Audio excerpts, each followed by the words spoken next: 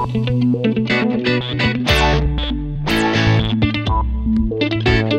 aabutin pa natin siya ng buhay.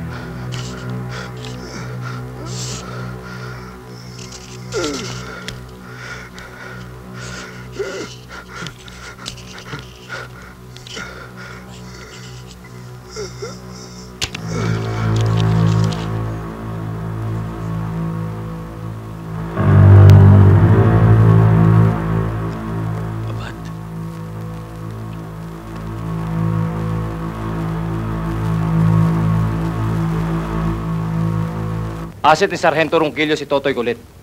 Magkasunod sila itinumba. Parang naniniwala akong iisa lang ang nagmaster sa kanila. Si Abad, yung tinutukoy ni Kulit. Kung ganun, ang kriminal at mastermind ay posibleng iisa. Kung nadugtungan lang na 1 minuto pa ang buhay ni Totoy Kulit, naniniwala rin ako na yung Abad na tinutukoy niya, ang gusto niya ipaliwanag kay Adan. Eh di umpisa natin kay Abad. Siya ang gawin nating susi. Baka siya ang kriminal.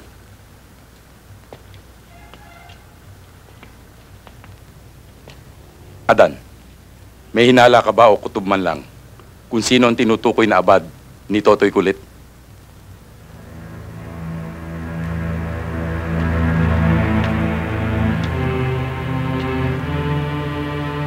May kasama ba kayong Abad sa Western? Hindi ko malaman kung anong pinakain ng trantadong mato na yan sa anak mo. Sa dinami-dami ng matitino niyang maliligaw, siya pa itong sinamahan! Ador, may panahon pa. Bawiin natin si Carla. Ipaliwanag natin kay Adan na napakabata pa ng anak natin para mag-asawa. Sedes, alam mong hindi ko galing lumuhod sa kahit na kanino. Ginusto niya yan. Pues kailangan lunukin niya yan kahit na gaano kapait. Isa lang ang dapat tandaan ni Carla. Wag na wag siyang magkakamaling ipanik dito ang Adan na yan. Marunong at sanay din akong pumatay ng hayop!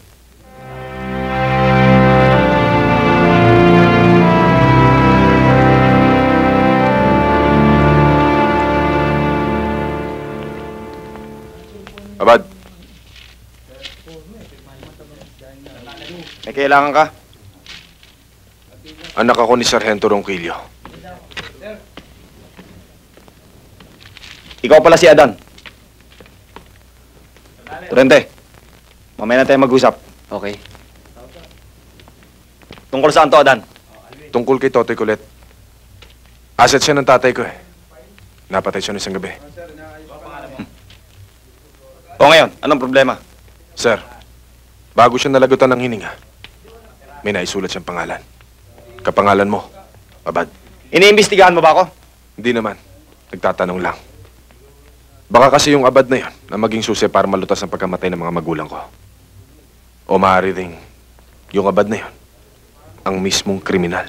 Kung pinagbibintangan mo ko, aasunduin kita ng libel at moral damages.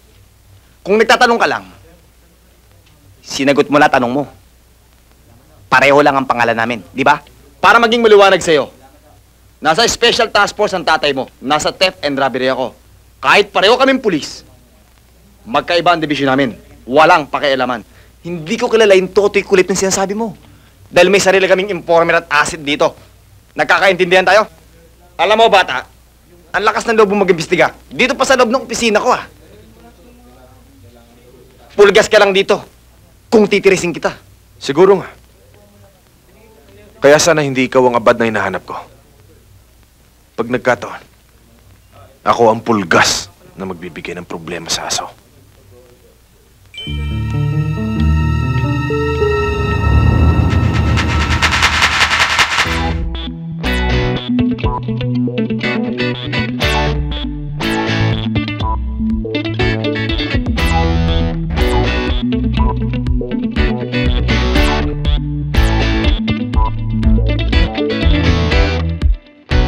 Thank you.